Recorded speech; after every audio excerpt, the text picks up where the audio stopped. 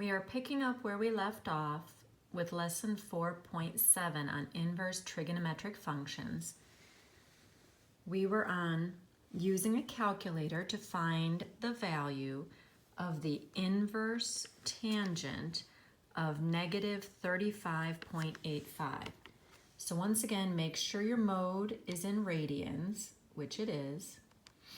You want to do second tan, and then you want to hit negative 35.85, and then enter. And that's all you have to do when you're using a calculator.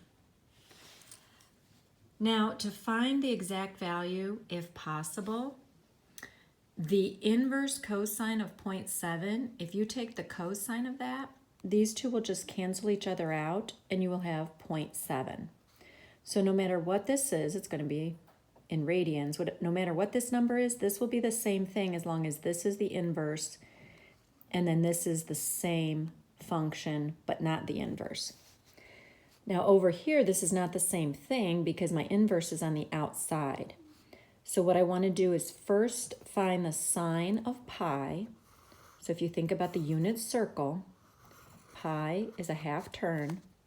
The ordered pair right here is -1, 0. So that is going to be 0 because sine is the y coordinate. So what we're asking for is the inverse sine of 0. But remember, with the inverse sine, we're restricted to these two quadrants.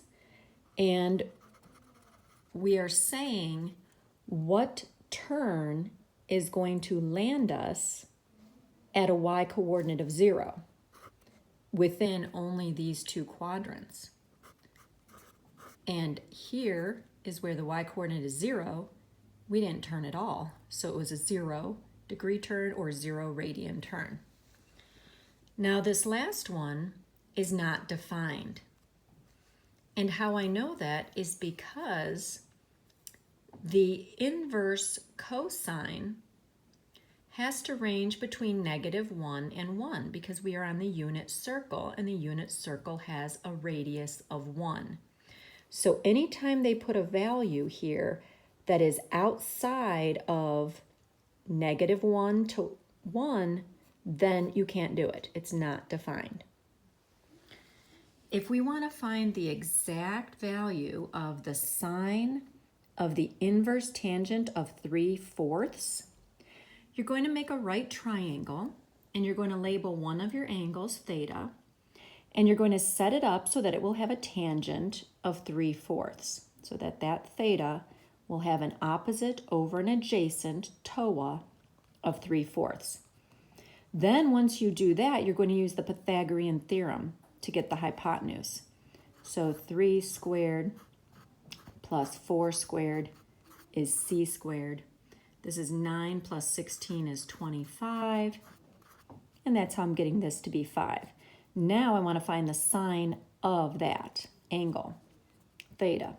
Sine is the opposite over the hypotenuse, so it's 3/5.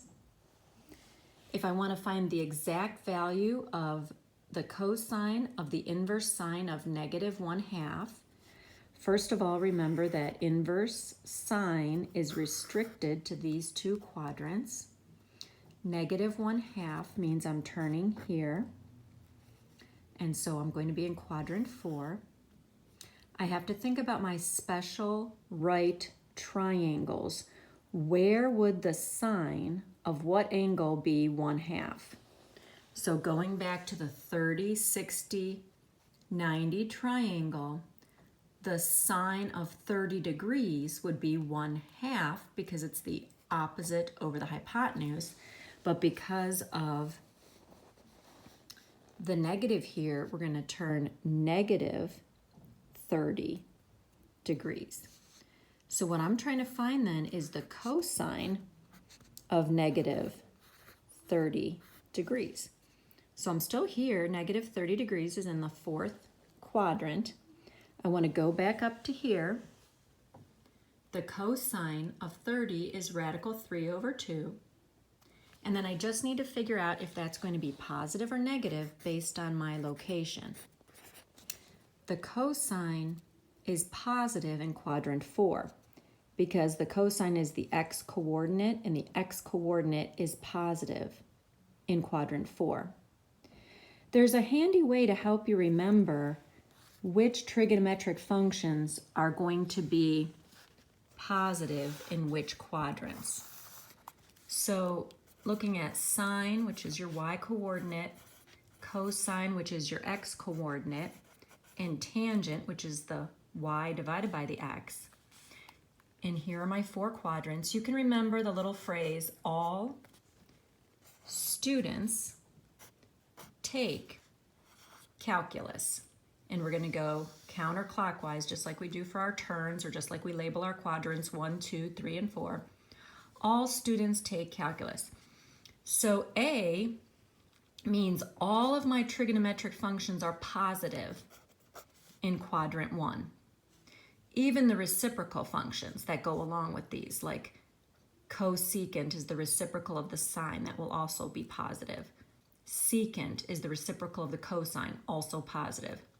Cotangent, reciprocal of tangent, also positive. In quadrant 2, the sine is positive. In quadrant 3, the tangent is positive. In quadrant 4, the cosine is positive. So that's how I know that the cosine is going to be positive in quadrant 4. And our last problem on this page, if x is greater than 0, then we're going to write the secant of the inverse tangent of x as an algebraic expression in x. So first we need to create a right triangle that has an angle whose tangent is x.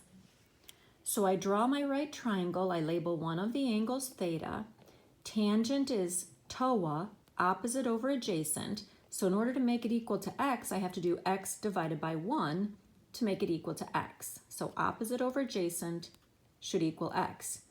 Now I want the secant. The secant is the reciprocal of the cosine. Well, remember, cosine is ca adjacent over hypotenuse, so I'm going to want hypotenuse over adjacent. Now, where did I get this hypotenuse? Just from doing the Pythagorean theorem. A squared plus b squared equals c squared. So I took a squared plus b squared equals c squared, and then I take the square root, and 1 squared is just 1. So that's where I'm getting this. It doesn't matter if I write 1 plus x squared or x squared plus 1 under the radical. So the secant would be the hypotenuse over the adjacent. It's the reciprocal of the cosine.